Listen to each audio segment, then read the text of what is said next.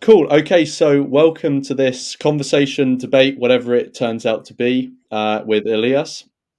And I just wanted to say, first of all, the reason we're talking is because you made a video about antinatalism, Yes. giving your thoughts and some rebuttals to some of the sort of fundamental points about antinatalism. And then we set this up to sort of discuss it, and you've got some other things you wanted to bring Yep. up. But I'll let you give a bit of an introduction of Yeah. how you want to do things and who you are. Yeah. Exactly. So, okay. First of all, I am an undergraduate student in psychology in Cyprus, and I made a video about antinatalism because I'm currently working on a paper about it.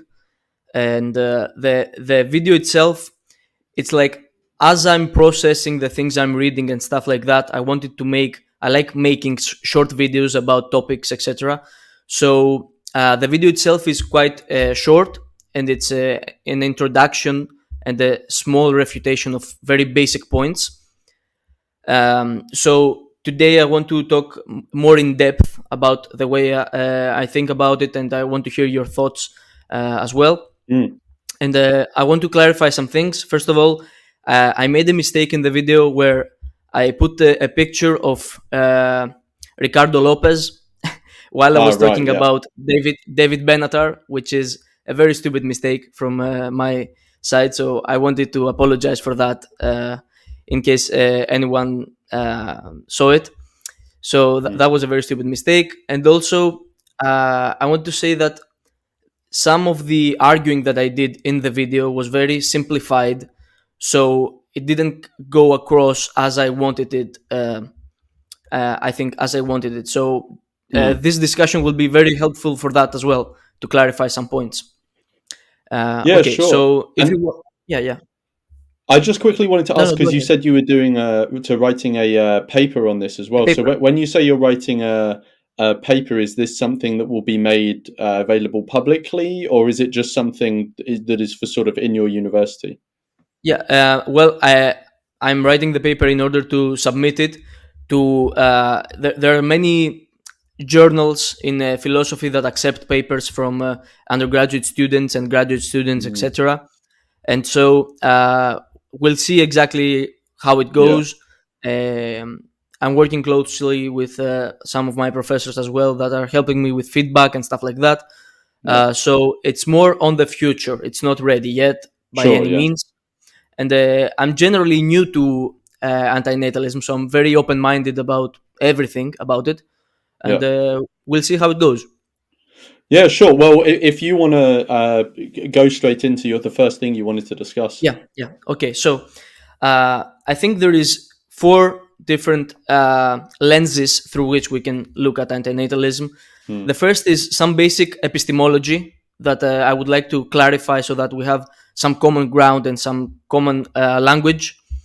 Then I think it's better to go to the axiological asymmetry, especially the Benatarian type, which is the most popular as well. Uh, After that, I think we should go into consent and the consent arguments, um, and the logic behind them, because Mm. I saw a discussion you had last week with Mr. Wolf, and Oh yeah, yeah. yeah, yeah, yeah. I saw that he said a lot of the stuff that I want to say about consent as well. Okay, So I'll keep it more specific when we get there. sure. I'll try to not expand too much. And the fourth and final way that we can talk about antinatalism is basically the more practical aspect, the advocacy aspect, Right. because I'm afraid there is some danger. There may be some danger in ways in which we can one can advocate for antinatalism, and there is some dangers there that I'm afraid I see, especially on the internet, Right. people doing certain kinds of advocacy that I think are wrong. Sure, Uh, sure. so, okay, so to begin the conversation in generally, I would like to introduce the idea of something like epistemological conservatism. And when what I mean by this phrase is basically if an idea that you have, especially in a moral space, is extremely radical in its implications, or you can see it as a continuum. So the more radical an idea is in its implications, the firmer the ground of the idea must be in order to Mm, defend it.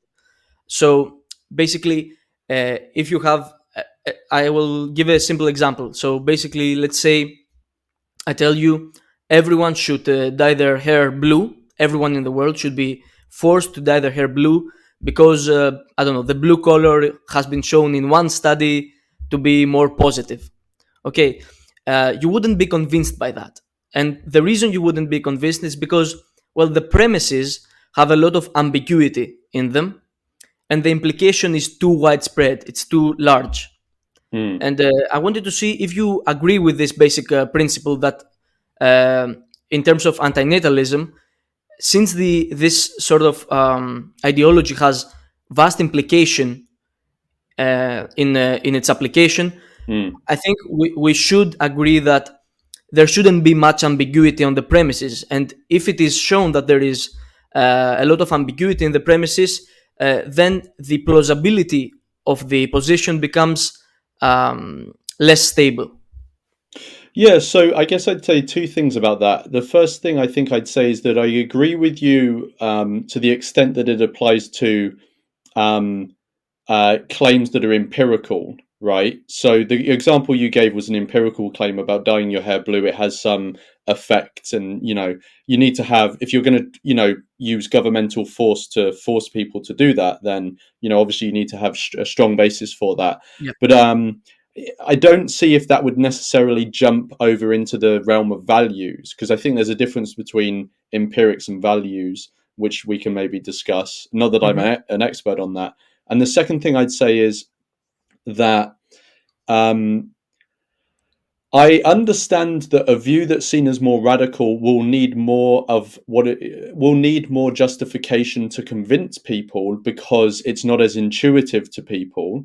Although some parts of antinatalism can be very intuitive to people, Yes, yes. but I don't think that means that the position itself, to be a valid position, needs to be as well, like more well founded than any other sort of value claim. Hmm. Because if we were to go back 100, 200 years, it would have been seen very radical to give women the vote, right?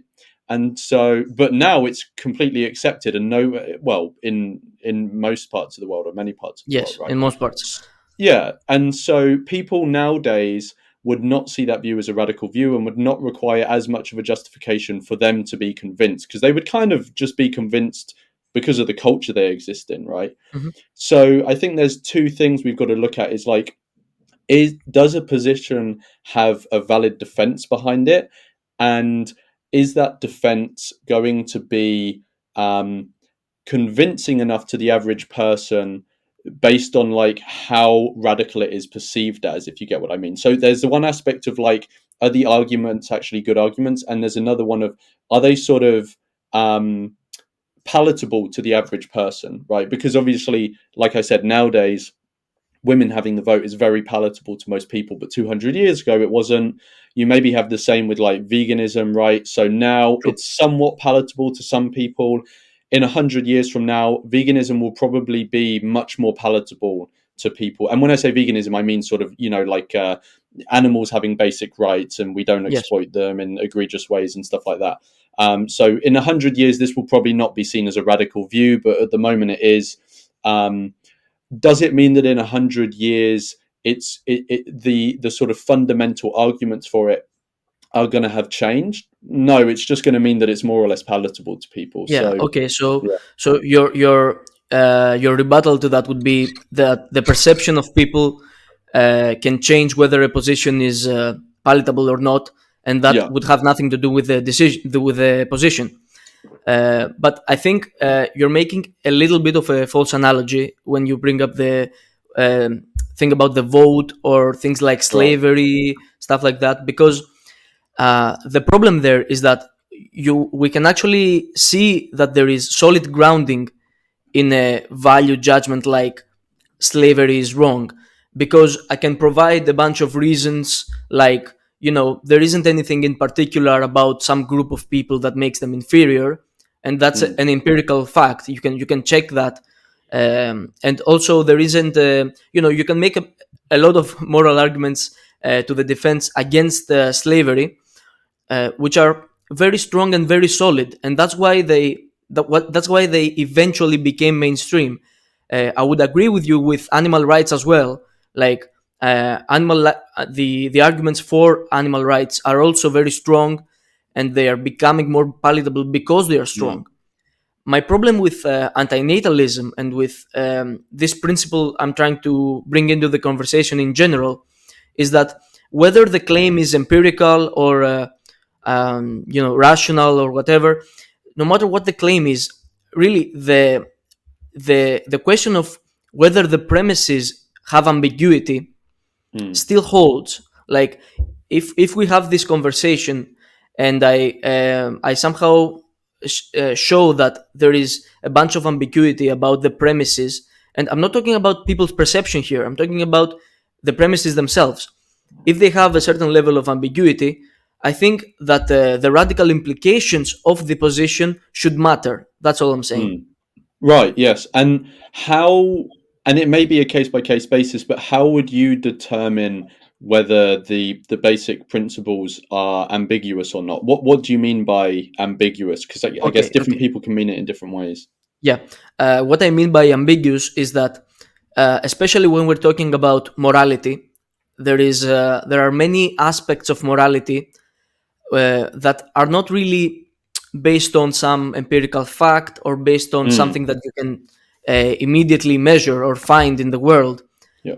It's more about the logic you're using, the reasoning you're using, the axioms you accept, and we will get to axioms in a bit because I think it's a very important aspect of antinatalism. And yeah, so because it is based on that, there can be certain kinds of things that have a lot of ambiguity in the sense that they are open questions. And if a moral question is sort of not accepted, um, when I say not accepted, I don't want to make this into like a democratic vote or whatever. Mm. But if a principle in morality doesn't seem intuitive to a very large percentage of people and seems intuitive to a smaller percentage of people, I think that matters because the ambiguity of the claim there cannot be cleared out by some Mm. test in the real world. So, in that sense, I'm talking about ambiguity. Yeah. Yeah, I agree with you. I think if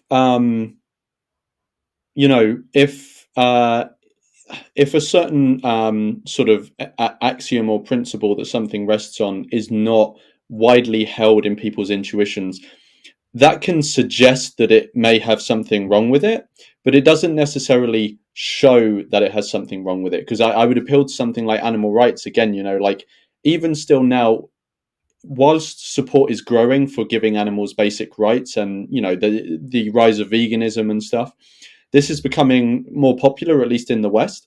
Um, that wasn't always the case, right? And Yeah, even still now, the vast majority of people see animals as essentially how we used to see human slaves, right? These are property, we can use them how we want, etc. So, but I think we've both said that we agree, right, that there's a solid case behind animal rights. So yeah, I think there is some room for, even if a view doesn't widely yeah. Sorry to sort of interrupt. Sorry adhere. to interrupt. But I Yeah, think go on. that's because the animal rights claim may not be intuitive when you first see it, but it is based on further claims that are intuitive. So, Right, for instance, the claim that an animal has feelings, which is right. that's Yeah, empirically verifiable actually, but yeah. in some sense, or the claim that physical pain is bad for Mm. people who can feel it. So these are claims that are obviously very intuitive, and that's why Right. the upper claim then works, despite the Yeah. fact that at first sight it doesn't.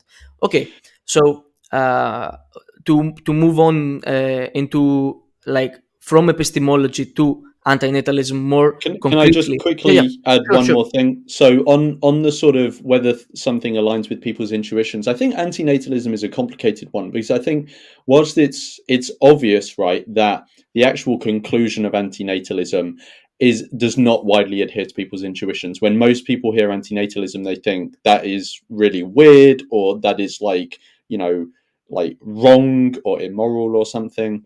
But I do think there are many sort of there are many basic principles that support antinatalism, or that antinatalists use to support their conclusions, that are widely held Yeah. in the general populace's intuitions. Hmm. And I think in your video you said you read David Benatar's book, right? Or at least you're somewhat Yes. familiar.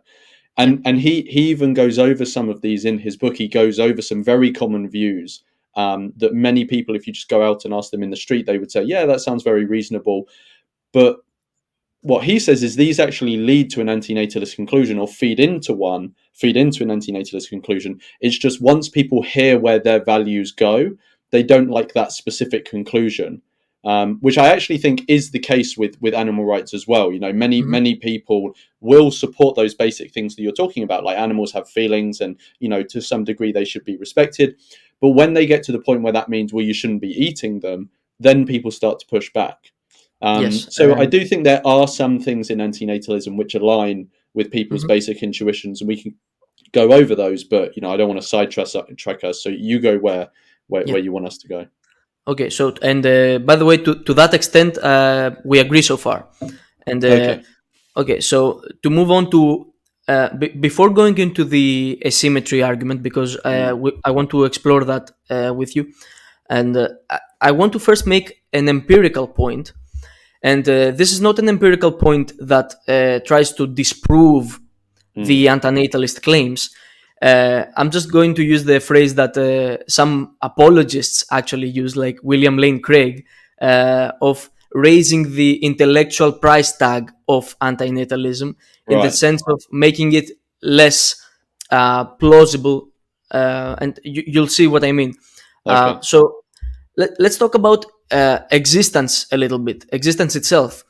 Uh, when we're having a discussion, I don't know how familiar you're with metaphysics and ontology and this area of philosophy, but when we talk about existence itself, I think we need to keep in mind something very basic that we take for granted, which is that existence itself is something contingent.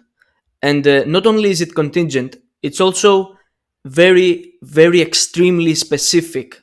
And what I mean is the following: we have a principle in philosophy called the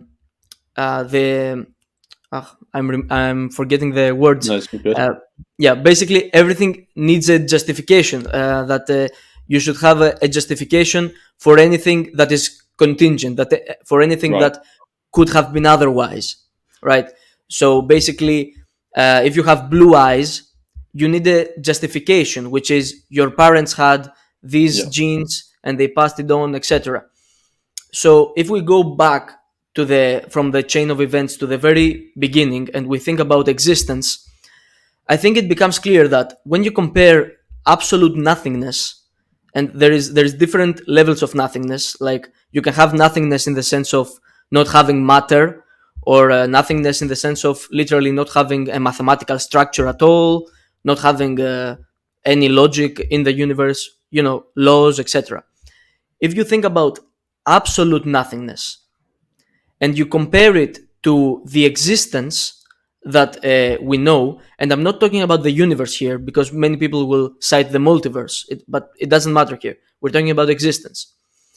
The difference in specificity is so great and so vast that not only does existence require some sort of explanation, and I'm not trying to convince you of God or whatever, Mm. some kind of explanation, it also raises the question of, could there be a telos for existence? So basically, could there be, does existence happen randomly, or does it have some sort of purpose driving it? That's called teleology. So does existence have some sort of teleology? And I think I'm not trying to convince you that there is teleology to existence, but I am trying to convince you that the question of whether there is some sort of teleology to existence is an open question, And it's actually more plausible, in my estimation, that there is a telos to existence. And the reason this ties in well with antinatalism is because, in order to be an antinatalist, I think you have to accept that existence, without regarding pain and pleasure, etc., Mm. you have to accept that existence itself isn't something that has value. Otherwise, taking it completely away from people would be immoral. So I So think, yeah. can I just Go on. quickly clarify something? When you've been talking about existence this whole time, do you specifically mean the existence of consciousness? I'm talking about both. Like you can take this sort of comparison, and you can make it both for existence itself, like the world, right? Mm. So I am also talking about the world in itself, but you can also make the exact same case for consciousness, and this is a great leeway here, because consciousness is just as it has the same sort of relationship that existence has to non-existence, because consciousness is extremely mysterious even to this day, Mm. and we really don't know if it has some sort of telos, if it has some sort of purpose, even if it is, whether it is evolutionary or not, etc. There's a lot of debate there, and as long as the question is open, and not just technically open but really like mysterious there, I Mm. think this makes antinatalism, at least, uh, like it makes the position such that you should be very careful before adopting it. And is that because just point out where I've sort of misunderstood what you're saying, but is that because you're saying, you have to be very careful with adopting an antinatalist position, and I assume you're saying that because it's a position that advocates for not creating new consciousnesses, right? And so Yes. if you follow that to its logical conclusion, given that we know consciousness as it manifests in different conscious individuals, if sort of new consciousnesses ceased from coming into existence, consciousness would eventually die out, basically, because Yes. each conscious individual has a lifespan with a birth and a death, and if we stop the births, clearly, obviously, all the existing ones are going to die at some point, and so eventually consciousness will be no longer. Um, so is that, and are you saying that that's a tricky position to take when we don't understand consciousness, because if consciousness went away, it could do you think that could, it could potentially lead to something worse because we don't understand what it is, or can you flesh that out a bit? Yeah. Why Okay. would taking an antinatalist position that would lead to no more consciousness, why would that necessarily be a potential bad thing in your Yeah. eyes? Okay. It could be a potentially bad thing because, for all we know, if there is, like, I want to like clarify a little bit what we mean by telos. So, for Mm, instance, the telos of an eye is to see well, right? So you would never hope for someone to be born with a bad eye, right? So if right. that's, if we take this as a sort of course, there's different kinds of telos, etc., but you get the gist of it. Like it's more proper, more valuable, more good to fulfill the teloses that are there, instead of cutting them off without consideration for them. And what I'm Okay. basically saying is that consciousness could have some sort of intrinsic value. And in fact, I'm going to, when we're talking about the axiological asymmetry, I'm going to advocate for the position that existence and experience itself is in some sense intrinsically valuable. And Okay. I think, unless we say that, you know what, we are certain about consciousness, and we are certain about existence, unless those two things are like fleshed out either scientifically, philosophically, etc., then antinatalism is a tricky position to take, because you may be committing something immoral without really wanting to. Okay. Can I quickly? I've got two things to quickly ask you about. So the first one is that, would this not also apply to the opposite point of view? Could it not be that, because we don't know why consciousness is here and what the sort of maybe the implications of it Yeah. coming into existence or not coming into existence may be?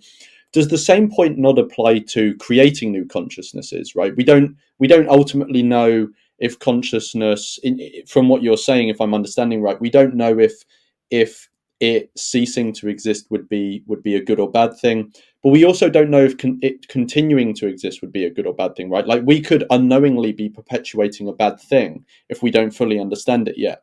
So does that point not apply to sort of Mhm. both cases, or do you not see it that way? I mean, almost arbitrarily, I could say that, like, I could simply respond by saying that, you know what, if it turns out that continuing consciousness is actually a bad thing, we will at least find out at some point and we will Mm, cease to do it. But since right now we have no idea, I mean, we still don't understand even where it comes from, right? Like, scientists are not in agreement at all there. There is still mm, many dualists. There's still many. There's epiphenomenalists. There is many different interpretations of consciousness. And all I'm saying is, even arbitrarily, I could make the point that, by continuing, we can find out more about it, and we can find mm, out more about existence itself, and maybe in the future we can make a more informed decision about it. So even arbitrarily, it's risky to take the let's all exterminate humanity right now position. mm. And the well, exterminate, I don't mean kill everyone. You Yeah, know what but I mean? I mean, non-reproduction. Yeah, yeah. yeah, exactly, obviously. And so that's the first thing. And the second thing is that I think even if this sort of answer doesn't appear clearly, or whatever, I think just intuitively, again, we go back to moral intuitions and stuff. I think just intuitively, uh, most people would agree that, you know experience, there's something special about experience, and it's not something negatively special. It's not something uh, that you would assign the word bad to. You wouldn't Mm, exactly assign the word good to it as well. I agree with there, but I think most people would agree that there is something special there, and it's at least worth finding out what it is. And just so it doesn't get left behind, I want mm, to also remind that I'm not only talking about consciousness. I'm talking about other fundamental questions as well, like for existence itself, that it can have a teleology uh, of itself, which would be literally something like a cosmic value, right? So even if you don't think that consciousness is anything special, you would still have the problem of, well, if existence is somehow special, then you would obviously want people to experience it. So again, you can take either road in this sort of argument, and it's not trying to, like, disprove any point of antinatalism. mm.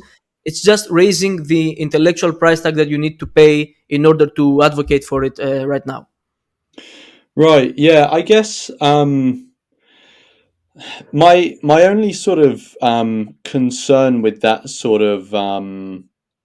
uh, sort of line of hesitation, I guess, is that um, it that's that's a question about finding out why consciousness is here, if it has any ultimate purpose, this sort of thing. This is the sort of question that may not have an answer, right? Or it may be we may not be able to find an answer, and so it seems like a very unfair bar to set for someone, right? To Hmm. say, you know, you as an individual, your decision on whether to create another person or not, you really need to take into consideration, we don't understand where consciousness has come from. Maybe in 1,000 years or 1,000,000 years, we will find out where consciousness is from. And this has implications for your specific actions, right? Because when I have conversations with people, and this is not necessarily the main thing I do, but when I'm having a conversation with someone, the ultimate thing that we're getting at is if it would be ethical for them to create a new individual, right? A Yeah. new Can sentient. I intervene a little bit? Can I Yeah, intervene sure. there? Yeah. At the personal level, like when we are talking to an individual person, Mm, uh, this sort of bar that I'm talking about doesn't really apply, because when there is mystery, at the individual level, I am pro liberty. You know what? If there is mystery there, you're free to do the decision that seems better to you. But when it comes to upholding this position for humanity itself, so that would be a bit of a stronger claim, a stronger anti-natalist claim, where everyone should not have mm, children. That I think that's where the bar has some importance. And you're right that it's a little bit unfair, or at least it seems a little bit unfair in that consciousness may not be solved. But I don't think that's a problem for the person talking about the consciousness. I think it's a fundamental issue for antinatalism itself, because again, there needs to be the ambiguity needs to clear out before we can say, you know what, let's end everything, because this ends everything. mm, Just to intervene a little bit, at the personal level, we agree. We can talk about axiological asymmetry and consent, and talk about that at the personal level, and at the humanitarian level, I think it becomes important. mm. So I guess my feeling on it is that whilst I understand it would be very interesting to discover, why consciousness has evolved, or whether it evolved, where does consciousness come from? Is there some sort of ultimate purpose to it? But if I stack that up against like ethical arguments, it seems to me, and I don't know why. I'd maybe have to think about it a bit more, but it seems to me like the ethical arguments are just so much more important, right? When I am considering whether it is a good thing to continue consciousness, right? It seems much more important to me consider the harms and the suffering that are going to be imposed on the individuals that come into existence, as opposed to this sort of more general consideration of like, well, is there an ultimate purpose to consciousness, and we don't exactly know where it comes from. Yeah. I don't think you necessarily. I understand um, hesitation about certain things in general, especially in the realm of empirics and politics and things like that. And I don't know. Have you heard of Chesterton's fence? I've heard of it, but I don't remember what it is. Yeah. So there's this idea of Chesterton's fence, and I've often heard it used as a way to sort of describe the differences between a more conservative perspective on things and a more progressive perspective on things. And the basic idea is that Chesterton's fence is basically, imagine you're walking through a field and there's a fence that you come across, and there doesn't seem to be a clear reason for the fence to be there. You don't know why it is there, right?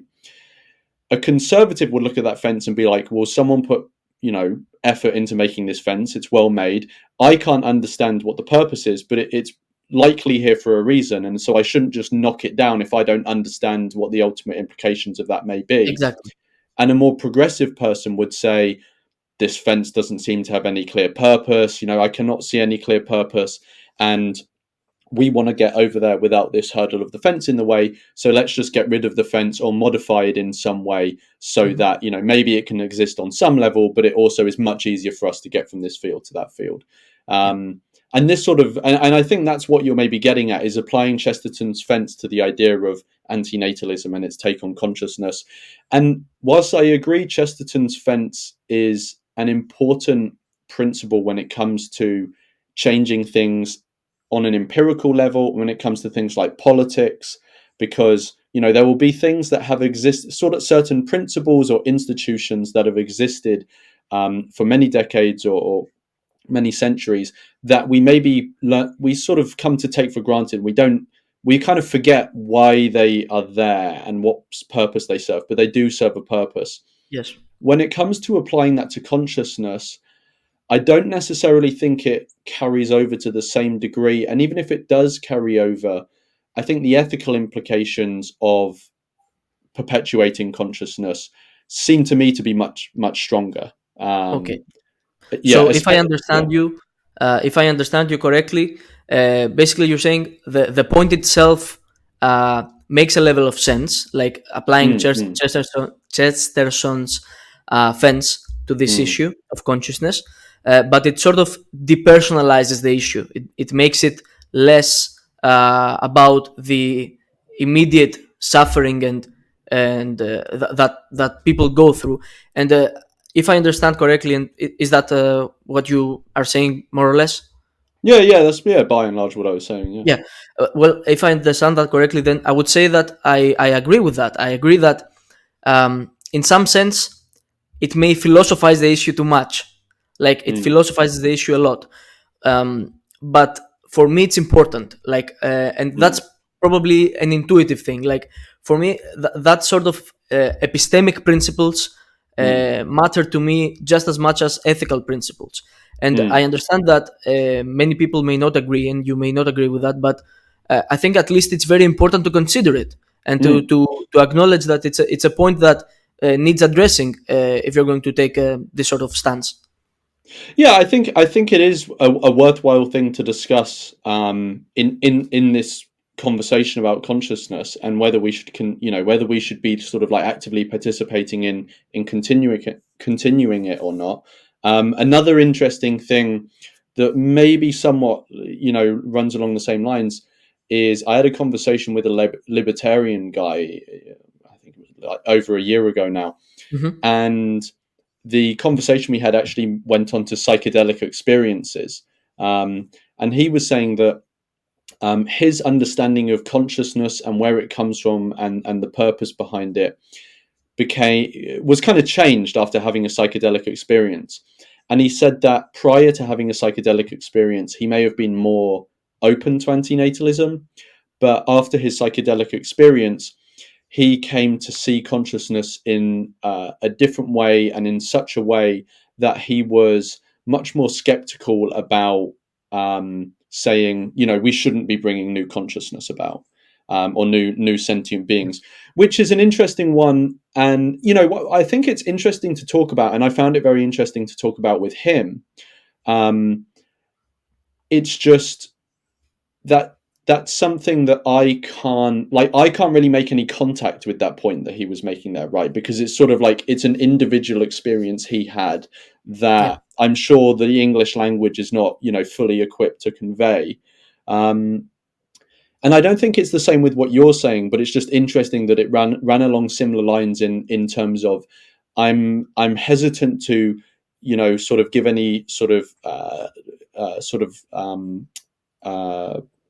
uh, credence to antinatalism because it sort of pushes against or it advocates for a sort of ending of something that we don't fully understand yet.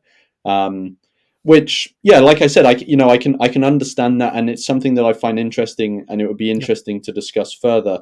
Hmm. But to me, the ethical implications of an action are much more important. Okay. Okay. But yeah. All right.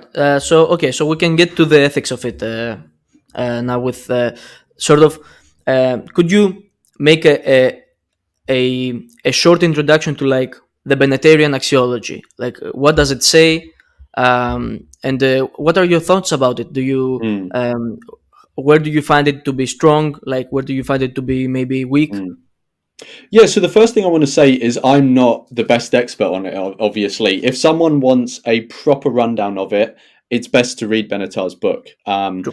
But what I would say about Benatar's asymmetry as a quick introduction, as it's basically so it's not a logical argument for antinatalism. It is an axiological argument that he's making, right?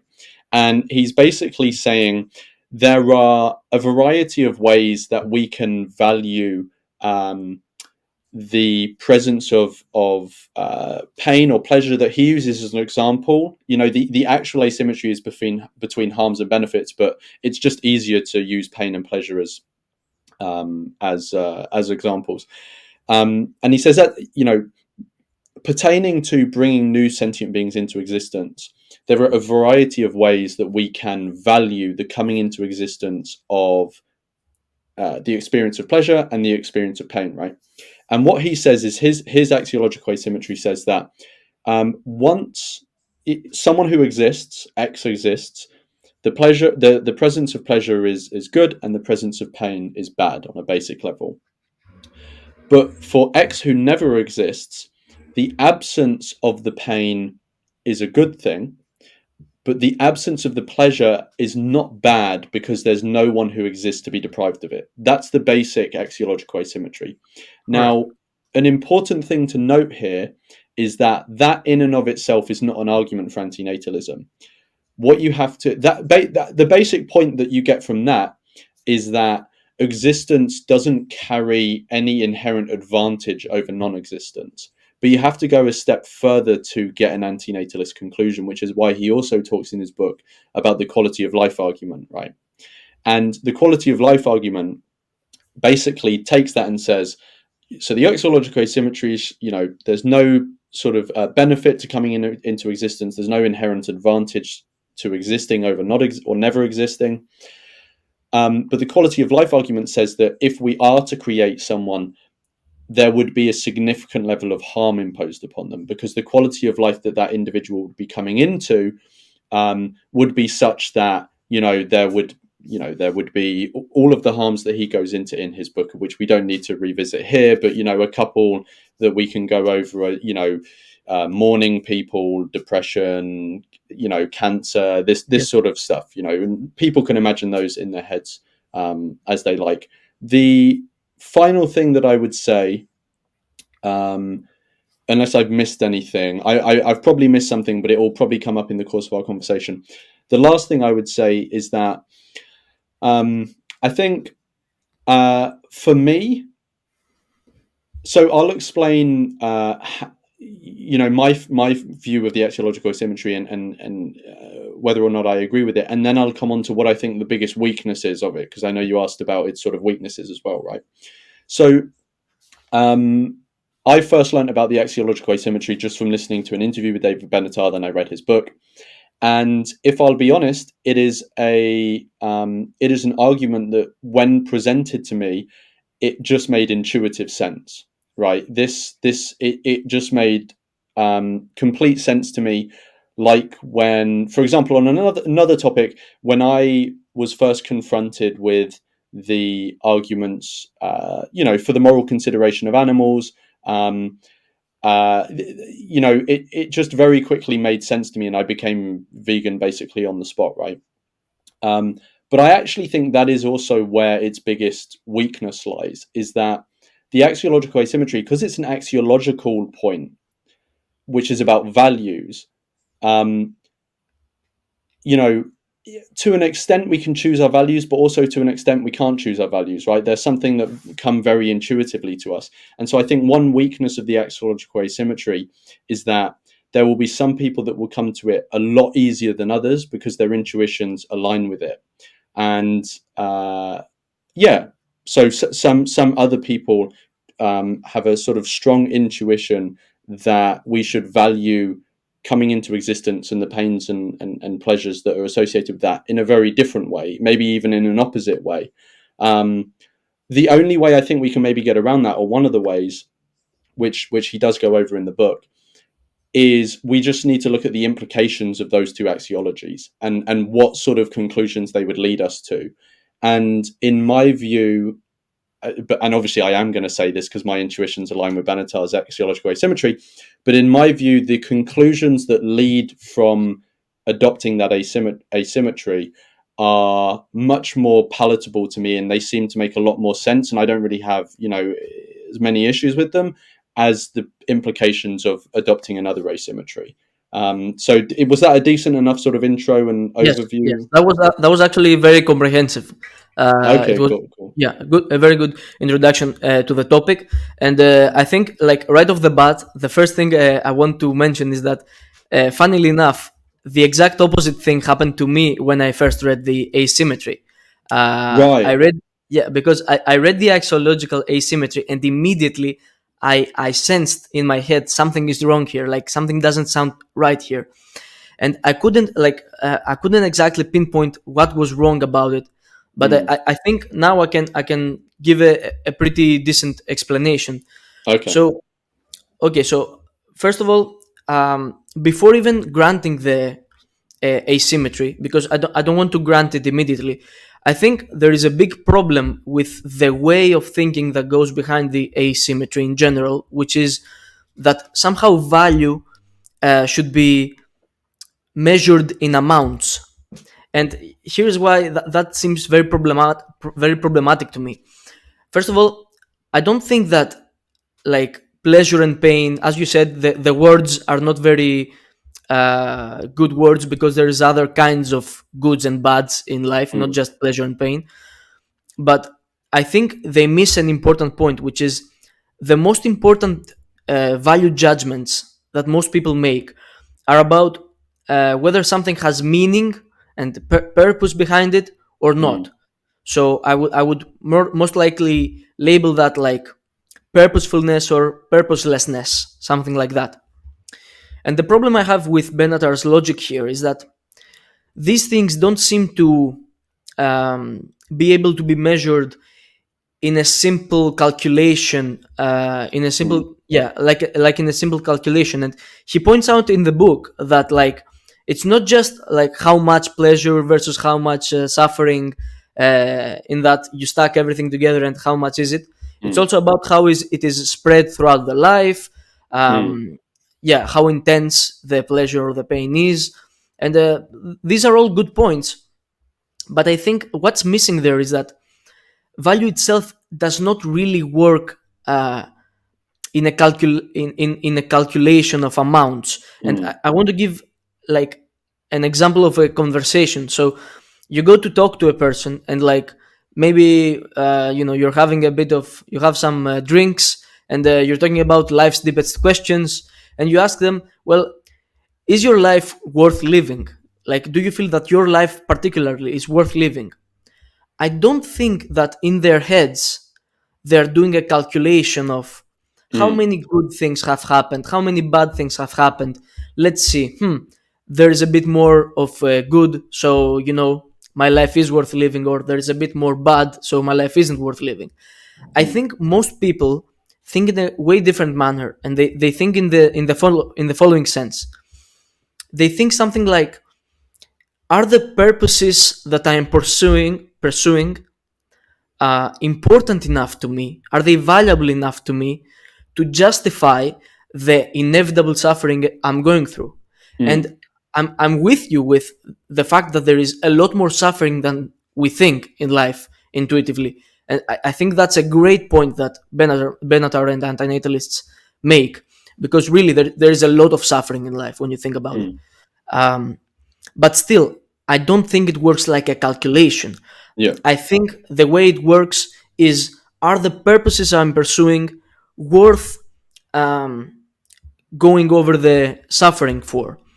And the last point I want to make to sort of finish my argument and hear your response is that this particular claim is quite a bit different than the axiological claim of Benatar, in that it's completely subjective. And the thing is, when I say subjective here, subjective has sort of a bad reputation as a word, because it feels like you're talking about something baseless. But that's not what I'm saying. When I say subjective, I mean it literally, like whether something is sufficient to go through suffering for Mm, is literally a question about subjective evaluation. yeah. It is a subjective evaluation.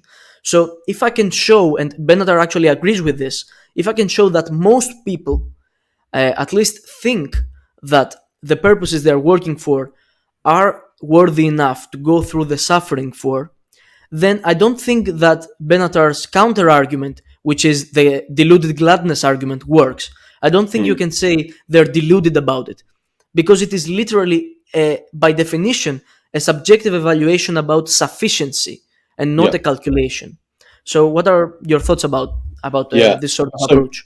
I've got three main things I want to say, and I'm just going to do a very quick bullet point now so that you remember them as well, so I don't forget them. Sure. So the first thing I wanted to talk about was the calculations.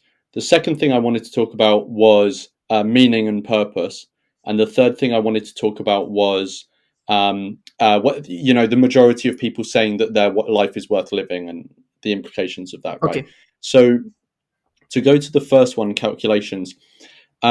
I agree with you that it's very even if it is in some way possible to make calculate sort of calculatory statements, right? About morality or pain and pleasure.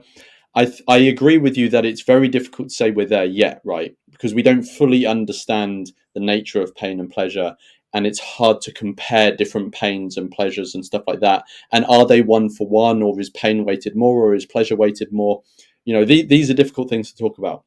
Um, the thing I want to point out about that is, though, is that I don't think that is an argument against the axiological asymmetry.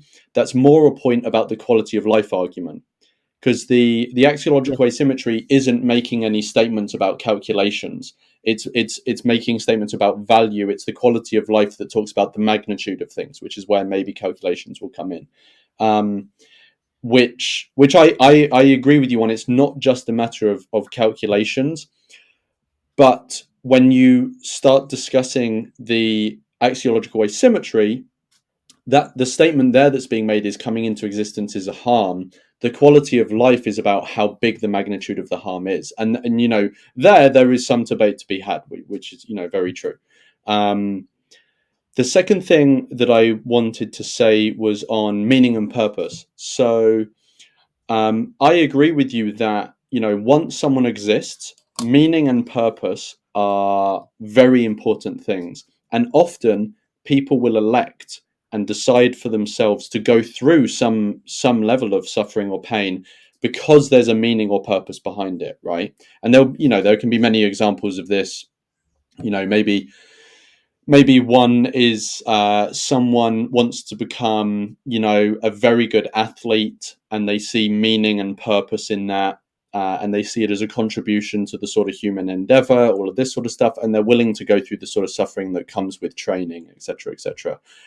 This is just one example. There are many other examples, obviously, of that. So I agree with you that meaning and purpose are very important once we're here, but the but I think that is because as humans, we are beings that seek meaning and purpose, right?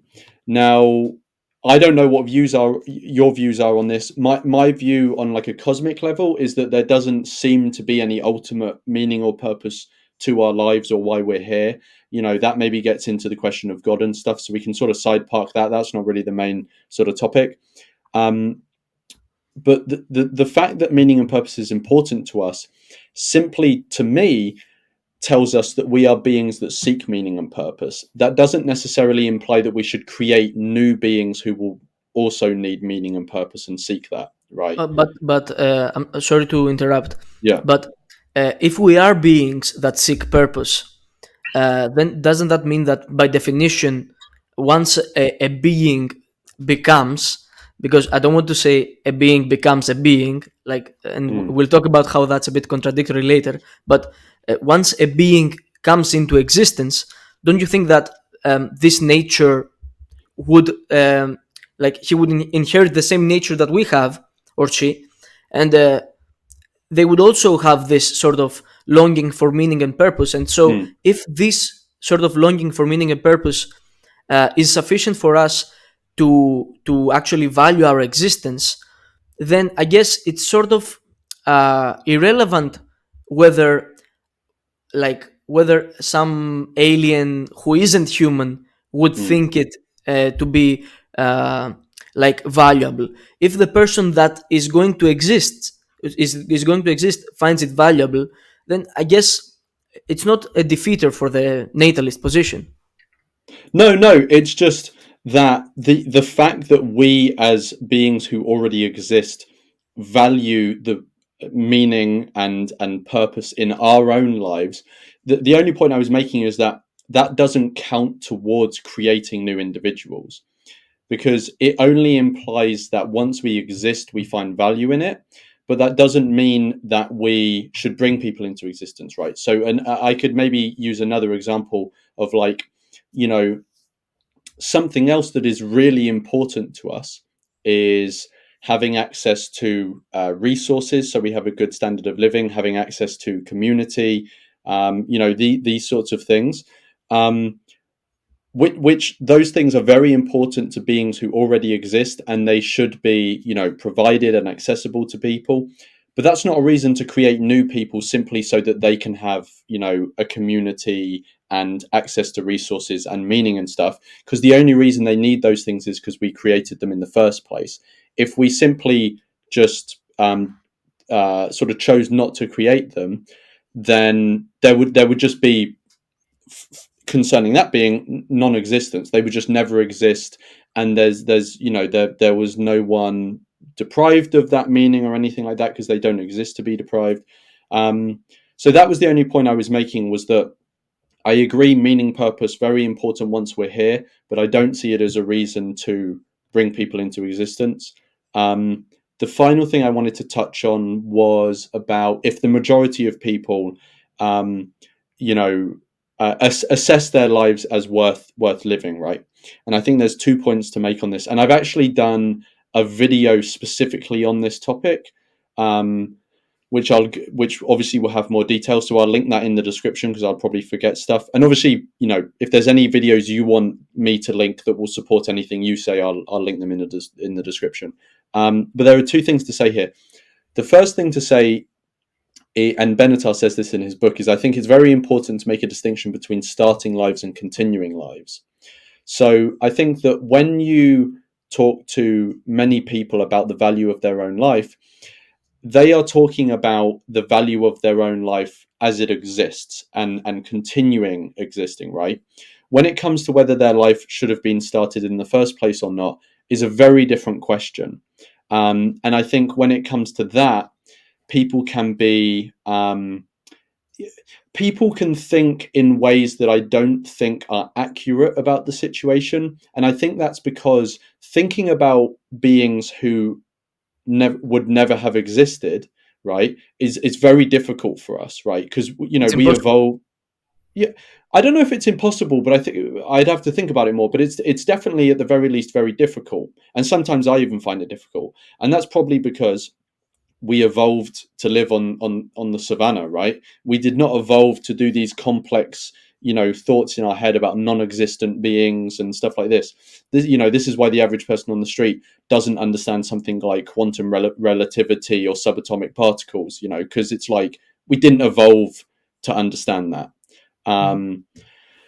So that's one thing I'd say, is that there's a difference between starting and continuing lives. And I think when most people are asked that question, they're probably thinking about continuing their life, or their life as it exists, rather than whether it would have been better for them to have come into existence, or if it would have been just a better state of affairs to never exist. Um, and but I also think, even if the majority of people, when asked the question, was it better for me to have come into existence, and they've thought about it really long and hard, even if they do assess that it was better that they started to exist, that doesn't necessarily, to me, justify procreation or bringing new sentient beings into existence. Because even if, say, 90% of people say that, or 95%, there's going to be a minority of people who are the ones who lose out, right? And I don't know if you've heard of the short story, The Ones Who Walk Away from Omelas. Have you heard No, this? no. So it's by Ursula K. Le Guin, and it's a very short story that is, used often in political discussions and philosophical discussions.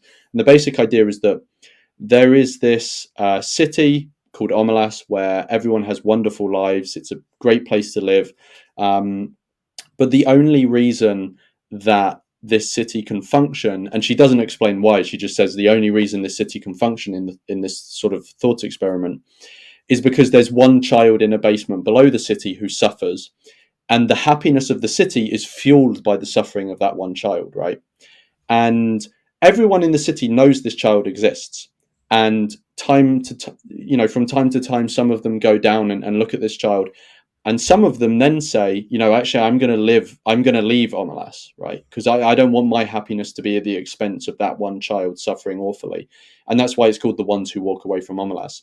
And I think each time we create a new generation, we're essentially creating a new Omelas, because even if the majority of people say they're glad to have been born and it was a good thing they came into existence, there's always going to be that small minority that is the cost. They're the price that is paid for those people who say they enjoy their lives. And to me, that leaves me very uncomfortable with continuing bringing beings into existence, given that I know none of them had to exist. and none of them would exist to care if they weren't created.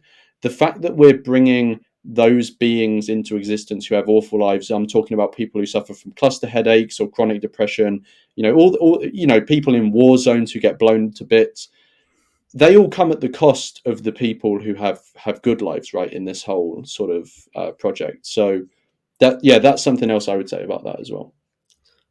Okay, so I would say I think I've heard you, I think, and some other anti-natalist say this point again in the past, that like this all comes from the cost of a small minority who eventually, like, you cannot um, overcome that. Like, no matter what, there is a small minority that's going to suffer in order for everyone else to come into existence.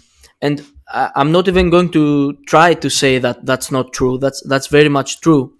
But I think when we have conversations that are this fundamental in ethics, like should we all exist or should we all cease to exist, I think even though we should be very much empathetic to the fact that people are going to suffer, I think we do need to keep in mind that, like, first of all, this minority can become shorter with change in our society, Mm, etc. So, for example, we can minimize wars, we can minimize certain kinds of disease, we can minimize. There are a bunch of things that can be minimized in the long run, but I agree with you that there's always going to be a minority that's going to suffer. mm, I think the question then is this sort of inevitable suffering worth it in order to continue humanity as a whole, if humanity as a whole generally finds the human project to be worthwhile? And obviously, that's a very difficult question, but I don't think it's a question where we can just say, well, it's obviously the case the one way, or it's obviously the case the other way. mm, It's a difficult question to say, like, should the small minority suffer in order for the rest of us to continue this strange project of consciousness and mm, exploration that human life has gone through. But I think that's a question more of intuition, because again, it's very difficult to calculate these sort of things. It's difficult to calculate whether the moral badness of this fact, and it is a fact, is sufficient for us to stop the whole thing or not. It's an open question, and it's a very powerful point. I agree. mm, It's a powerful point, uh, but I think most people would still not change um, their decision about whether being here is okay or not. mm, Because again, it's important to state that, first of all, this can be minimized to some extent, this suffering of the minority, and secondly, I know this. I don't want to sound harsh or anything. mm, It still remains like a minority of people. It's not like we sacrifice like 50% of people in order for the rest of us to survive. It's nothing like that. It's I agree with you. It's very problematic at a human level, but I still don't think that it's a strong enough reason to give up everything. mm. So I agree with you that when we're talking about this whole thing of like, should humanity as a species continue in general, is a very complicated topic, especially with the implications of what that would mean, right? For other sentient beings. Um, but when it comes to the point you were talking about, how the minority of people who lose out, um, that can be minimized. Now, in my view, because of the axiological asymmetry, I think everyone loses out, right? Even the people who have the best lives at the moment, because of the axiological asymmetry. If you accept that, coming into existence is always seen as a harm. It's just the level of the harm is greater or lesser, right? So the minority that we're talking about are just the people or the individuals at the extreme end of the harm. But I view Yes, everyone on that spectrum. exactly. But I'm sorry to interrupt, but that's exactly what I'm sort of trying to say. It's like Yeah. this is the extreme case, and I think you would agree that uh, if someone thinks that it's only the extreme case that is really the problem here, then the question isn't that clear. The problem isn't that clear. But I Yes. think what you're saying is that any kind of existence is essentially a harm because of the axiological asymmetry. And so, to sorry, sort of No, it's rebut okay. that, what I would say is like, look, first of all, there's a problem with the asymmetry itself, which is that it supposes that the non-existence of suffering is bad Hmm. for a being that doesn't exist. To No, me, that the non-existence of suffering is good. It's yeah, good that there's no sorry, suffering. Yeah. yes, the Yeah. non-existence, Yeah. sorry, the No non-existence worries. of suffering is good, but my question there is like, for whom? There is no Hmm. person there to be like to have a good effect on by not suffering. There is no person. So just like when you say about like, okay, the person will not experience pleasure, but there is no person there, so it doesn't really matter, it's neutral. Well, I would say it's equally neutral with suffering, Yeah. right? So if there is no person there to talk about, the non-existence of suffering suddenly becomes a neutral aspect, not an inherent good. And then, Hmm. well, if we accept that, and I don't know if you accept it, but we'll talk about that. If we accept that, then it becomes the case that non-existence would be neutral in general, and existence would have goods and bads, right? Um, but even then, I have another problem, which is, okay, let's say we accept that this is the way that it is. Okay, neutral on the one side, completely neutral. On the other side, we have goods and bads. And maybe you can make the case that there are more bads than goods, and therefore antinatalism still works. Okay, I would say, well, even if we accept this asymmetry, this this axiological system, this doesn't disallow us from talking about other axioms. Like it's not the case that the only axiom in ethics is benefit and harm. At least in my opinion, like benefit and harm plays a huge role, but there is also other axioms we can talk about. So we can talk about something like the presence of experience or the lack of experience within consciousness. And I would say the presence of experience within consciousness itself is fundamentally better than the lack of it. And here's the important point. I'm not saying, because many people do say this and they fall into a problem. I'm not saying that the non-existent person who doesn't experience consciousness is being harmed, because that would mean that everyone should procreate all the time, right? What I'm saying is that the presence of consciousness is in itself an intrinsic good. And I make this as a matter of axiom, and I can defend it through a teleological perspective, as I did in the first place. So I would say that's a fundamental good. So basically, this would be something that adds to the asymmetry Hmm. in favor of the goods, let's say, because it's not within the asymmetry; it's a completely different axiom itself. And if we look at that axiom, and most people accept it, and I think most people do. I will make an analogy about that later. Um, then that would mean that the axiology may still favor antinatalism a little bit, but there is other axioms that we may Hmm. not be taking account of. So I'll talk about the axiological asymmetry, but then I also want to ask you about the sort of what you were talking about, the absence of existence and the Yes. presence of existence. Um, but first, the point that you were making about Benatar says in his axiological asymmetry that the um, the absence of pain is good, right? And you said, well, someone could just say that it's neutral, which is true, which is why I was saying, that is one of the weaknesses of the argument, is that someone can simply say, no, I'm gonna put my I'm gonna put my support in this other sort of axiology rather than the axiological asymmetry. Um, which is true. Someone can do that, and Benatar admits this, and this is what I said earlier. Someone can do that, and he says this is not a logical point; it's an axiological one. So someone can do that, but they then have to accept the implications of what that means, right? So, but before we get on to talking about implications, one thing I do want to say is, and he actually talks about this. I don't know. I know you've read Better Never to Have Been, but have you read any of the papers that he wrote since then that reply to the people who have responded to his book? No. In fact, I have only read Better Never to Have Been. Okay. Well, if you want, I've got the PDFs of that, and I can send them to you. Yeah, If that would you'd be like to very read them. helpful.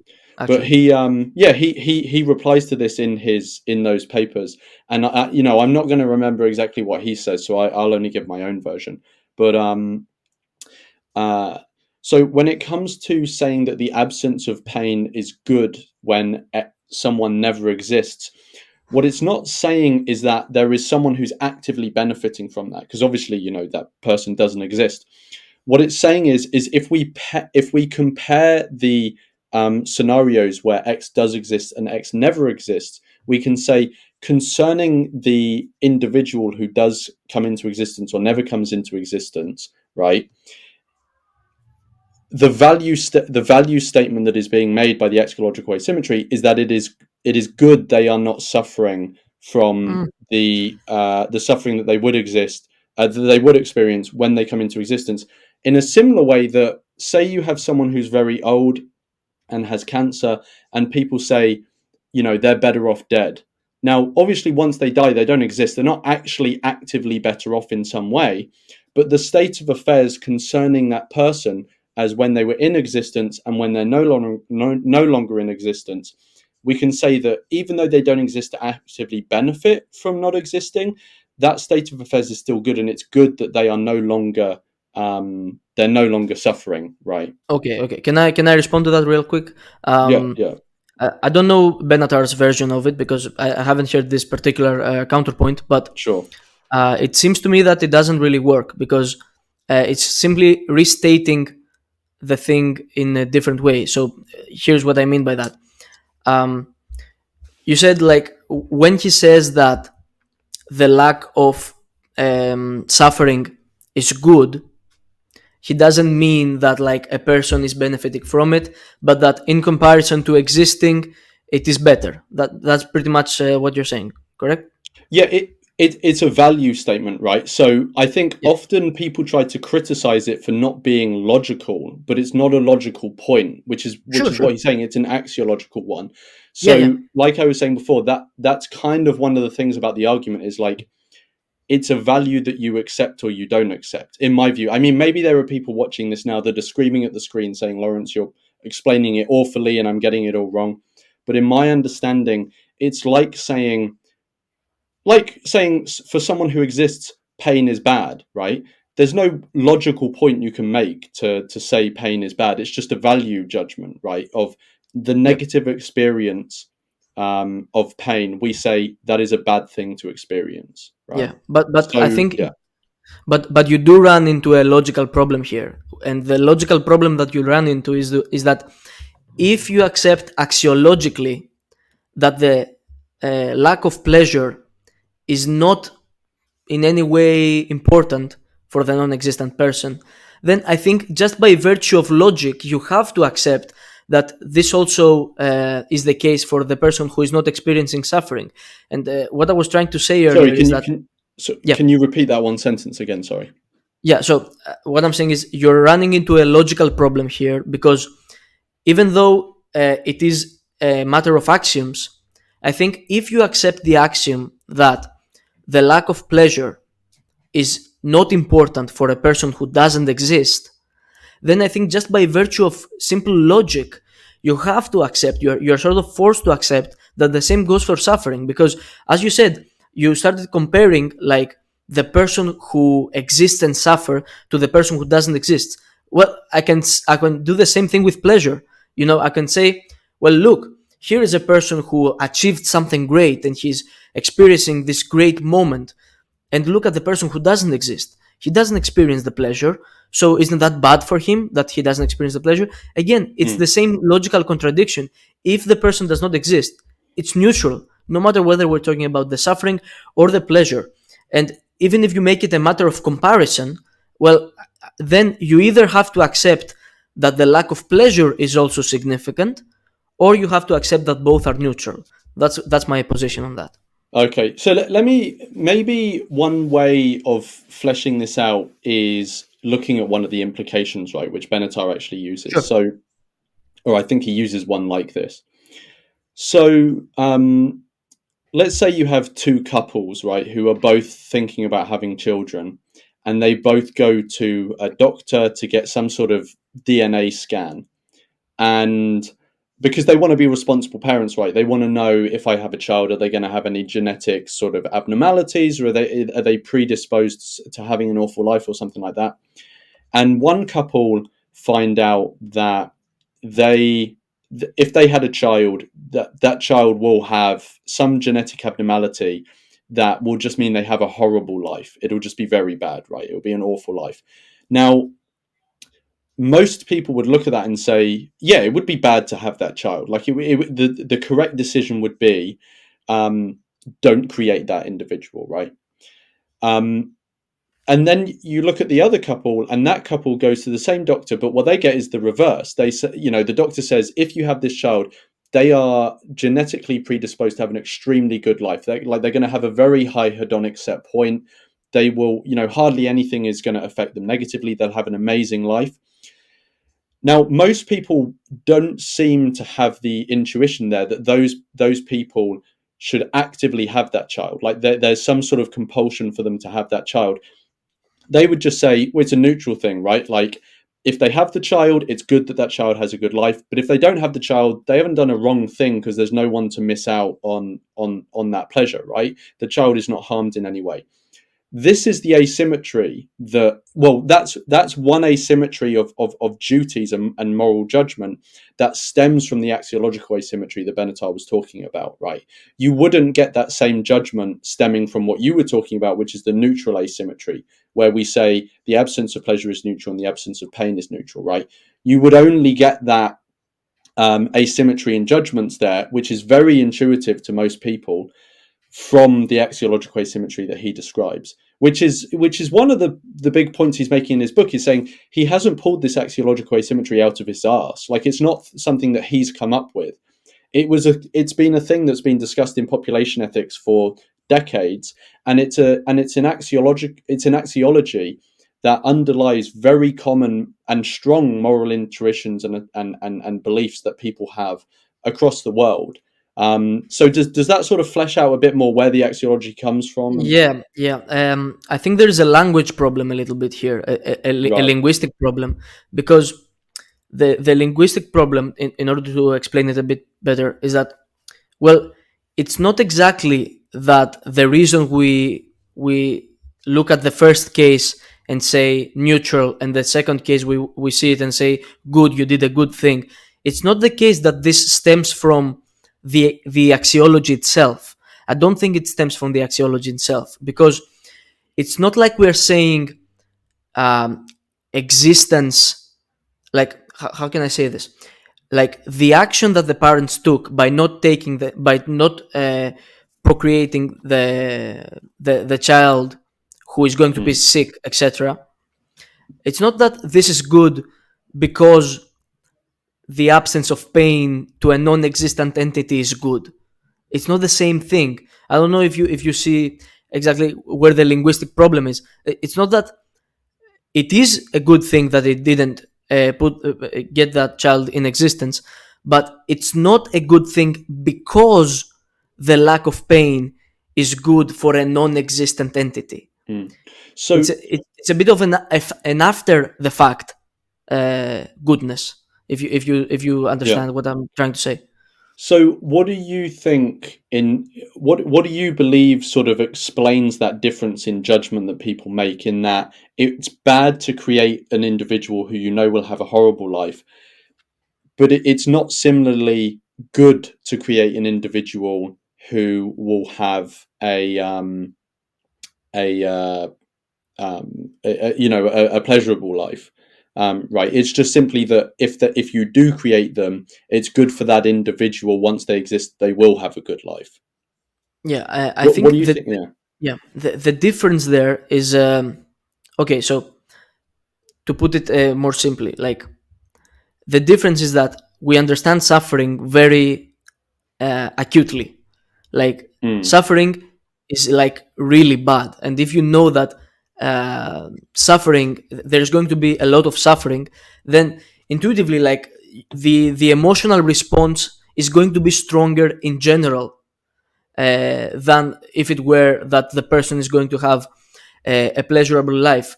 But that's because we also sort of automatically assume, I think, that when we hear pleasurable life, our default position is we're thinking about a normal life that is without much suffering, I think.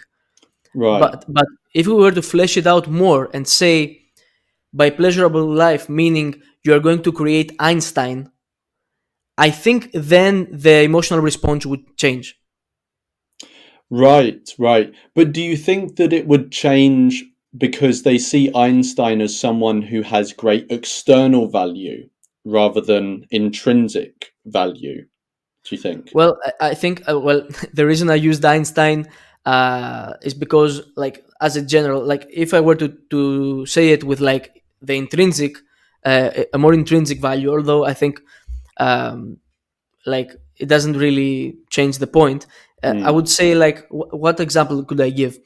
Um, like, Well. imagine someone who, like, really did the thing that they want to do and really succeeded and really had, when I say Mm. purposeful, I mean like extraordinarily purposeful life. I think if we really contemplate on that, we're going to have a similar response to what we would have with the very bad life. Mm. Yeah, it could be the case that if you sort of polled people, if there was sort of like a large poll and you asked people that really, and you got them to really contemplate that, it could be that they um, are less sympathetic to the example that I just gave about two couples going to a doctor. Um, it would be really interesting to find out. I mean, I don't think either way there has been studies on it, which, Yeah, I don't think counts for or against, I don't think that counts for my point or against your point or anything like that. I just think as more people become interested in antinatalism, more people will do research like this, right? Which will be very interesting. And, I often find it, I don't know. I don't think I find it frustrating because I don't feel on an emotional level frustrated when I don't convince someone of antinatalism because I just think, well, if I don't convince this person, then there's other ways that I can do a good things in the world or things that I see as good, right? But it is to some level frustrating because I've had many conversations about antinatalism, and when it comes to, obviously there's many other aspects of antinatalism. The axiological asymmetry is just one yeah, aspect, and it's one of the most popular things people want to talk about because, like, it's very just philosophically, like, interesting, and people often see it as quirky, right? And also Benatar is probably the most famous antinatalist, so they like to talk about his stuff. So often, in conversations about it, it comes to the axiological asymmetry, and I do sometimes find it frustrating that the conversations have this character of, like, well, fundamentally we just seem to have different values and we can't find a way, at least how I see it. Maybe you see it differently, but I often in conversations find that, you know, neither of us can find an absolute way to say the other side that's definitely wrong, and this side is definitely right. It often just comes down to there's a gap between our values, and I haven't found a way to bridge that gap either way yet. yeah. And maybe through having more conversations, I will. Maybe someone will come along and provide that sort of the bridge of that gap. But I feel like we're coming up against that gap now. In that, I naturally align with the axiological asymmetry, and I don't know which other axiology you naturally align with, but it seems like it's not the axiological asymmetry. Yep. But yeah, so I'm not sure if we'll get much further, and I'm not saying this at all to dodge the conversation or anything else. If there's other things you want to talk about the axiological asymmetry, we can do that.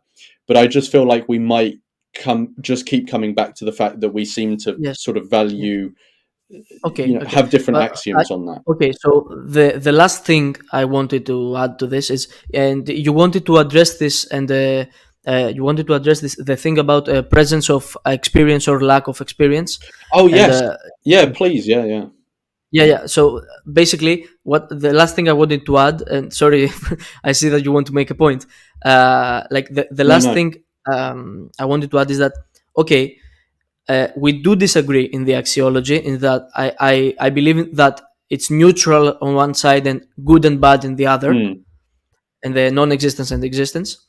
But even if we didn't disagree, there is still the problem of, well, we could make it a matter of axiology, that there is another axiom out there, another important axiom in ethics, which is the mm, presence of experience of the real world. And here I want to make an important point. It's about right. reality.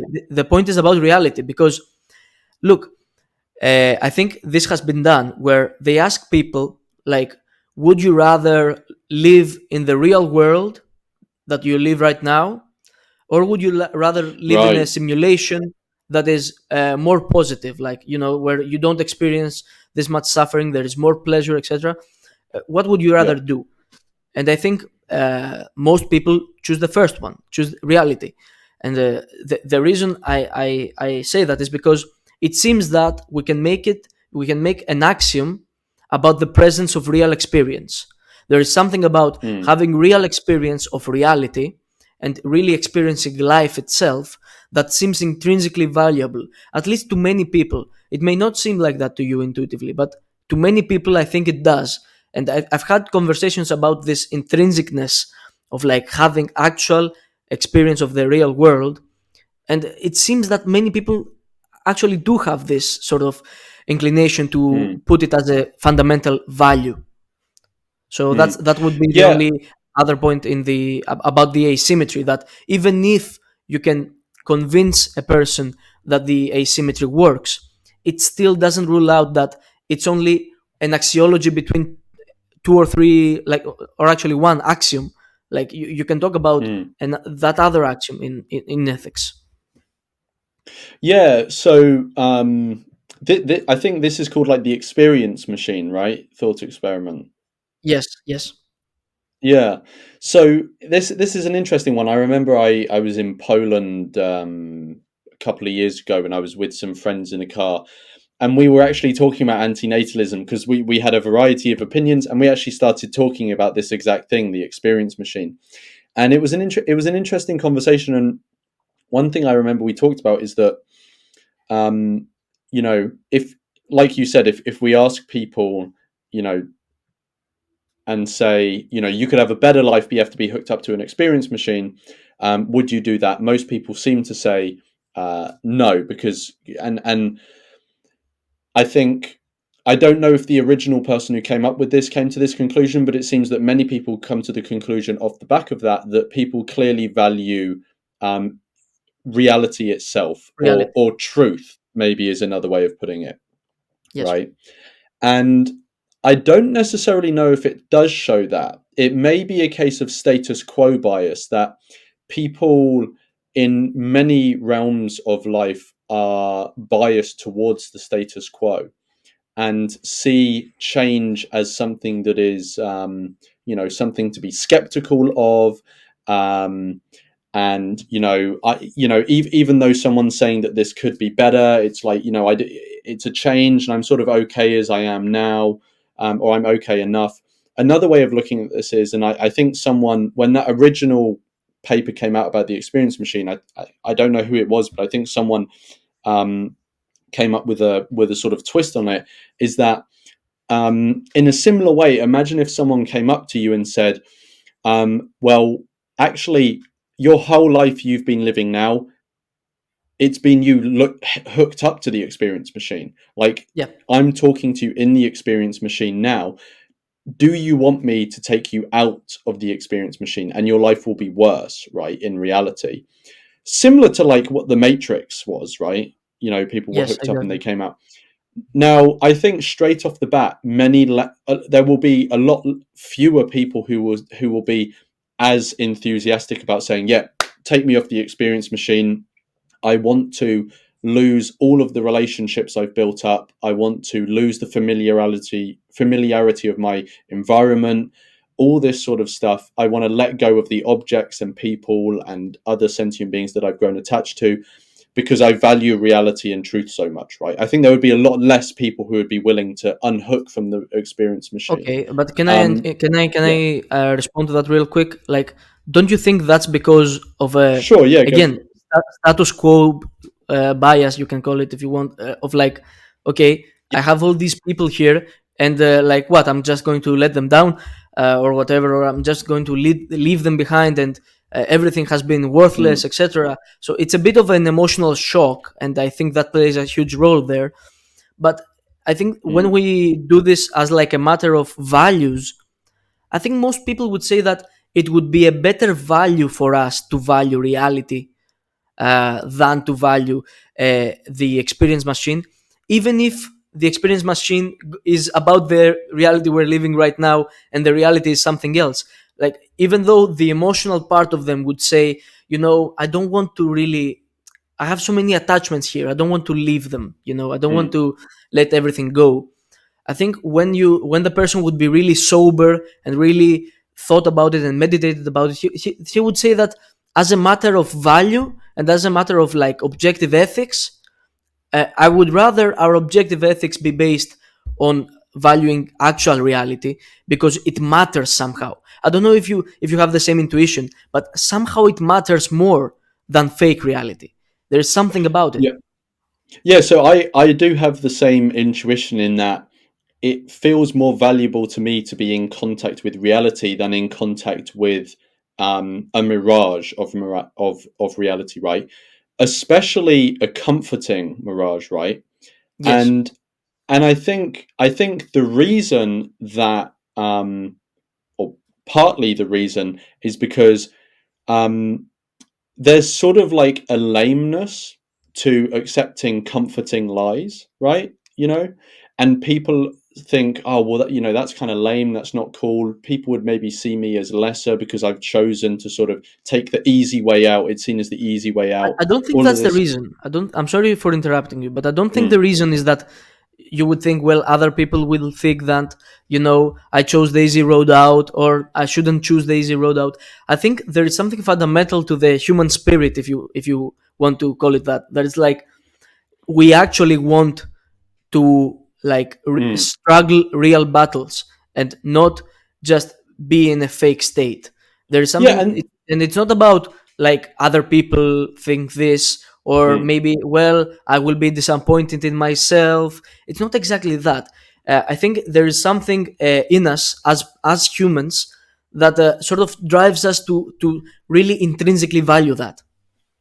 Yeah, yeah. So what I was just saying there, I wasn't saying that that accounts for all of the intuition. I was just saying I think that that plays a part. Yeah, And I think, like when I was saying before about, saying to someone, would you unplug rather than plug into the experience machine? I think that also illuminates a bit of status quo bias as well. But when it comes to what you're saying about the fundamental intuition of valuing being in contact with reality rather than being in contact with some illusion, I don't know where that comes from. I agree with you, it exists. To me, the most likely sort of or the first thing that comes to my mind is that we've evolved to have this fundamental intuition because it would have been advantageous for us to value being in contact with an accurate representation of reality, because that would have meant that we would have been able to accrue resources better and be aware of our surroundings, both socially but in terms of the environment and all of this sort of stuff. The more accurate your internal model of reality is in your head, the more accurately it maps onto actual reality outside, you're probably going to be more likely to survive longer and yeah, reproduce, right? yeah, And so it's probably that evolution has built this strong intuition into us, which now doesn't it doesn't sort of we don't experience it in the same way of like oh, I have a fundamental attachment to reality itself because I know that that's going to benefit me in some calculating way and I'm going to be able to reproduce. That's obviously not how we experience it, but I think the experience that we do have, well, I don't know for sure, but it seems like the most likely explanation would be the experience we do have of that intuition comes from the fact that it was advantageous to reproduce for evolutionary reasons. Just like when we experience sexual lust and romance and stuff like that, we don't experience it as some sort of cold calculating thing that evolution is inbuilt into us. It's a deep feeling and desire, but it clearly comes from the fact that we've evolved to reproduce, to pass on our genes, right? Okay, So but I think there I are don't maybe think. two similar things. Sorry, go on. Yeah, yeah, I don't think that defeats the point though, because you could make the exact same case for pleasure and pain. I mean, you Yeah, could yeah, technically and make the case that, you know what, evolution made me not feel good when I touch the hot mm, stove or something. yeah, yeah, yeah, But yeah. I don't No, think it so defeats the point about the fundamental values. no, no, no. So I don't think I wasn't using that as a way to defeat the fundamental value that people have that attach to reality. What I do think it defeats is when someone exists, it makes sense to have that intuition and that attachment to reality. But when we understand where it comes from and that it doesn't seem to have any ultimate basis to it in terms of this is the sort of true value of the universe or anything like that, um, that seems to me to knock out from underneath the assumption that that is then a reason to create new people, if you get what I mean, right? So Okay, okay. as existing beings, we value being in touch with reality. But to me, it doesn't make sense to say, well, I'm going to create someone else so that they can have this intuition to be in touch with reality. Because, they never existed to need it in the first place. It would be useful to them and it would probably be an interesting experience once they're here. But it's not a reason to create them, is where I was going with that. Okay, so I think this again goes back to the axiology again. If you think about it, like Mm, this gets us back to how you think about yeah. existence and non-existence, etc. So I think we can move on from that. I don't know how much time we Sure. still have. Well, I don't know how many more topics you've got, but maybe should we go for another like 10, 15 minutes? Are you happy with Okay, that? okay, Or it's okay, it's okay. okay. Yes, of course. Okay, so I wanted to talk about the consent argument, and the other topic was about the applicability and advocacy of anti-natalism. And Yes, sure.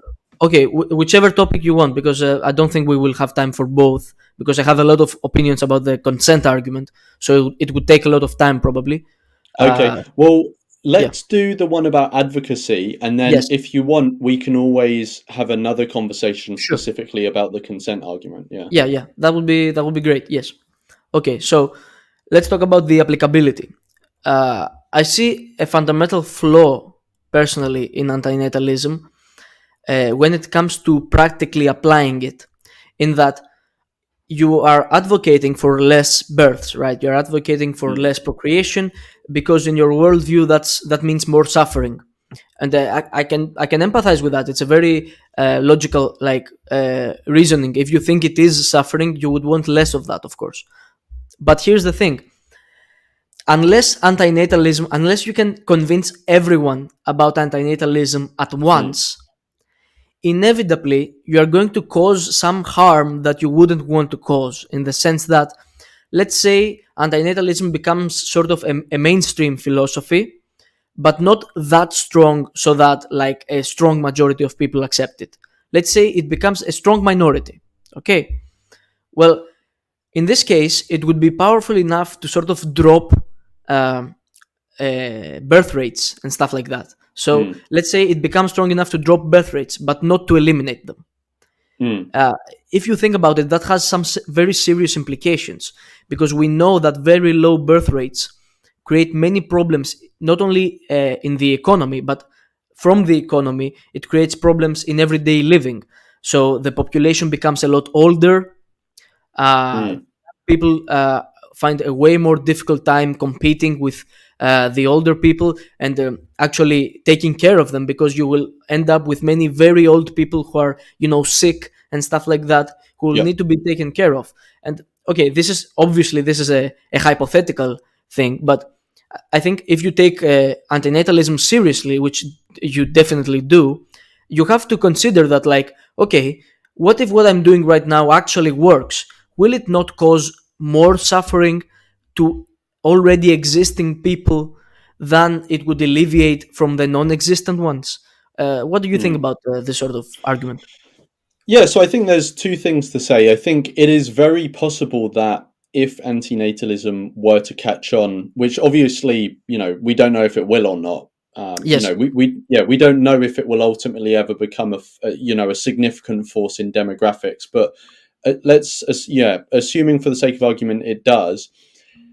It's true that it's not clear that overall will that cause some suffering, or will it not cause any suffering. It seems obvious to me that it will cause some issues, and with that some suffering.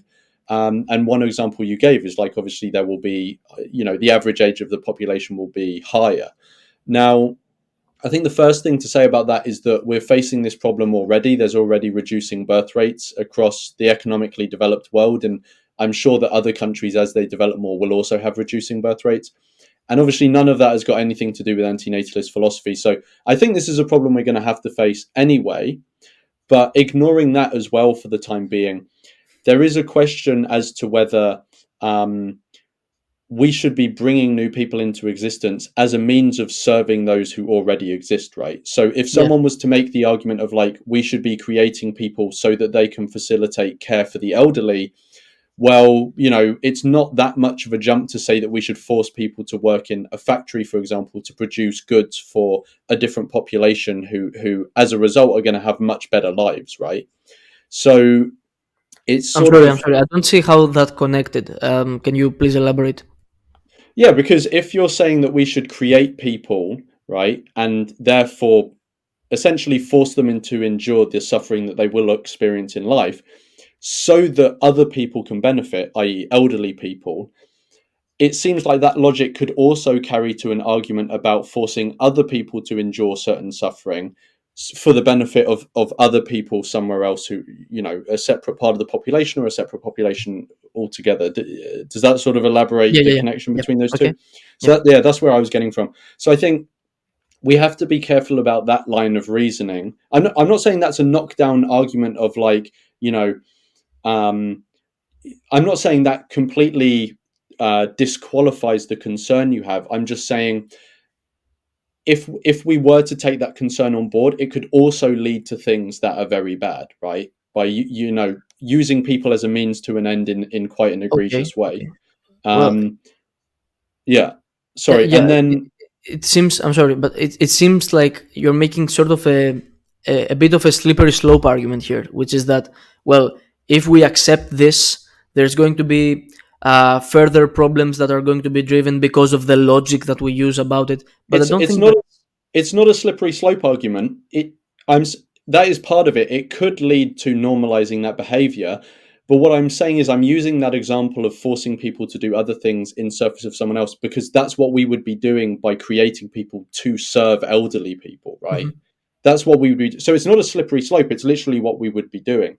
Okay. We'd be creating people who ultimately will be, people who get cancer, people who suffer from depression, all these things, all the bad things in life will be imposed on them so that they can serve elderly people and a welfare state, which I think that logic can lead to very tricky places, but the action in and of itself is also seems quite concerning.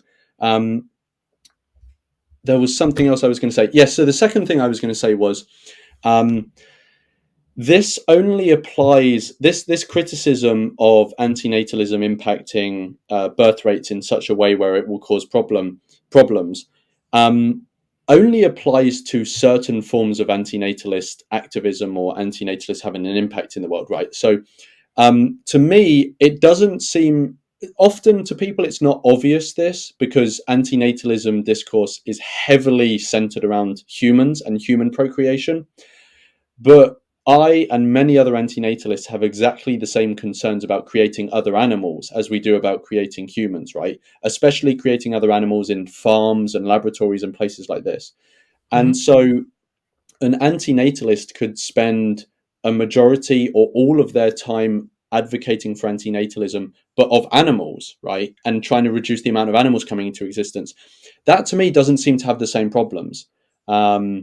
And it may actually have benefits, right? Because obviously, then, if we're advocating for less animals to come into existence, one, it in my view, it's a good thing that those animals who are going to suffer tremendously in places like farms, they're not going to come into existence anymore. And that also means then that, there will be resources freed up that aren't going to go into producing that animal, and they can be used for, alternative purposes or anything like that. And obviously, raising animals for food and other purposes has a detrimental impact, many say on our health, and also on the environment and things like this. So, Yeah. I think I get the point you're making. Whether it's a situation that we will ultimately face is an open question. If we do face it, it's also an open question as to, which is the lesser of two evils. But also, if an antinatalist wants to avoid these things, they can simply just do their activism elsewhere. And I actually think that it's advisory for antinatalists to focus more on animals than humans, because animals have much worse lives than humans do on average. Yeah. So, Okay. I didn't know if you had any thoughts on that. Yeah. On this line, I would actually agree with you. I think it is, as you presented, it is an open question. I seem to still think that dropping birth rates more drastically will lead to a lot of suffering. And even though Mm-hmm. you can make, again, the analogy you tried to make, it's a valid analogy, but I think it doesn't change the fact that it will certainly cause a lot of suffering. And so that would be the only thing I want to say about that. And just the last thing, I've noticed, especially on the internet, of course, there are many trolls and stuff like that, and Yeah. people say stuff that is outlandish always on the internet and stuff. But it seems to me that a problem with the anti-natalist community is that it seems to attract a lot of people who simply hate humans, and a lot of people who have Misanthropes. yes, who are very misanthropic. And again, this has nothing to do with the theoretical basis of Yeah, antinatalism. yeah. We've moved on from that completely. I'm just saying, first of all, why do you think that is? Why do you think that many people who are very hateful end up adopting this position? And secondly, what do you think about the very strong emotional response that people seem to have about it? Like, it seems that both both pro-natalists and natalists and anti-natalists have an emotional connection to this topic, of course. But it seems to me that anti-natalists, at least from the experience I've had so far, have a very sort of negative response when it comes to this topic. So, what do you think about those two things? So I'll answer both of them, but I just quickly want to ask so I fully understand. When you say that antinatalists have a very negative response, what do you mean by that? Do you mean that what do you mean Yeah, by yeah. that? To What I what mean is that specifically? what I mean is that, especially if you go to things like Reddit and stuff like that, Mm-mm. um, it seems that the response goes out of the philosophical space and into the Right. emotional space. Right. Okay, I get what you mean. Yeah, yeah. So the first thing you were asking about is, remind me, just saying like two words and it will come back to my head. Yeah. Wait. The first thing was why it attracts very misanthropic and very Misanthropes. Okay, yes. So one thing that's an open question, and I don't think we know the answer yet, is does antinatalism attract misanthropes, or do people become misanthropic as a result of being antinatalist? If you get what I mean. okay. My my um my sort of like guess around that is that it's both. So I think that if someone has a general negative view of humanity anyway, then it seems pretty obvious that they would get to the conclusion of like, well, I don't want to be part of continuing that, right? So that seems relatively obvious to me, that if someone's misanthropic, that antinatalism may be more open to antinatalism than the average person.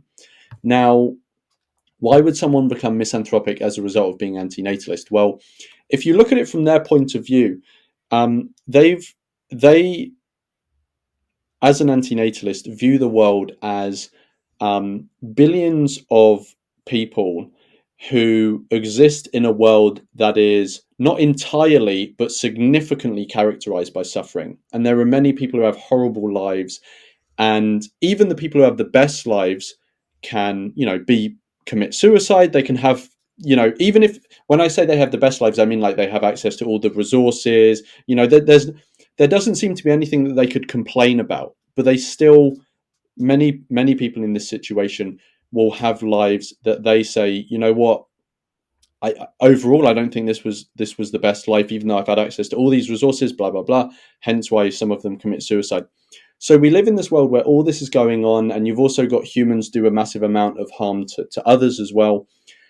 And they look at that, and people are just, for the most case, just mindlessly procreating and bringing more children into this. Many of those children will obviously suffer themselves, but they will definitely suffer as in part of their life. And most people don't even see procreation as an ethical question or a moral question. They don't think about it in that way. It's simply a personal choice to them. And so it's not surprising to me that many antinatalists become misanthropic and disenfranchised with humanity, because humanity does a lot of awful stuff and doesn't really hold themselves accountable for it, or doesn't even recognize the fact that they're doing horrible stuff. You find very similar things in the animal rights world. Many animal rights people are quite misanthropic because they see what humans do to animals with a smile on their face. People will eat animals with a smile on their face, all of this sort of stuff. So it's very understandable why animal rights Yeah. people will also be very misanthropic. Hmm. So I think that maybe there'll be other reasons, but I think that probably explains most people. Yeah. And then the thing you were saying about antinatalists being very emotional, the first thing I would say is that I think the antinatalists who are very emotional are overrepresented because they probably post more than Yeah. other You're right. You're right. antinatalists. That's true. That's very So true. yeah, so I think they're overrepresented, but also I think it may be also a case of the fact that antinatalism is a very online community, and so when someone's in person, they seem to be much more level-headed, they're much more considerate, blah blah blah. But when you're online, people seem to be much more emotional. It's very easy to dehumanize other people as well when they're just an avatar, and a name on a screen. So that could also be a case. It could also just be that there's quite a lot of immature people in the antinatalist community, which is unfortunate. Um, I can assure people there are many very considered mature people in the antinatalist sphere. Yeah, definitely. They just probably they often aren't the ones that put stuff out there because they just live their lives as a normal person. It's just they also are Yeah. antinatalist.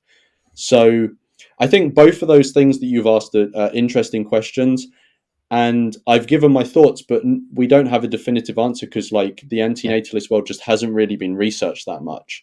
Of But course. Of course. that's my sort of 2 cents on it. Okay. Well, either way, that doesn't say anything about antinatalism itself. Of Yeah, course, yeah. it's a question about what happens right now in this moment where antinatalism has sort of become bigger over the last Mm. few years. But I think to close the interview as well, to the interview, the debate, Yeah, it's yeah. like, yeah, uh, I think we can both agree that like it would be a lot more productive uh, for anyone, whether you are a natalist or an anti-natalist, etc. It's generally a lot more productive to talk to other people as if they have thought their points through, and not Mm. as if like there is an enemy there and we're Yeah, talking, yeah, we're doing polemics. Like, yeah. no, we're having a discussion. It's a philosophical discussion. It has a lot of nuance. So Mm. I think it's generally really important that people look into this stuff and talk about it carefully and with intelligibility. Mm. Yeah, no, I 100% agree. And I also think the only other thing I would say in closing as well is that I think no matter what conclusion you come to, I think when you're thinking about um, the topic of procreation, it needs to be thought about at least in part in an ethical way. whatever conclusion you come to, and we need to recognize how significant an act it is, because I think many people don't recognize how significant an act creating someone else is. And again, like I said, no matter which side you come out on, people need to think about this topic in a much more serious way than they are currently, which I think we can Yeah, both agree on. yeah, we can both agree on that. And Cool. it was really nice meeting you.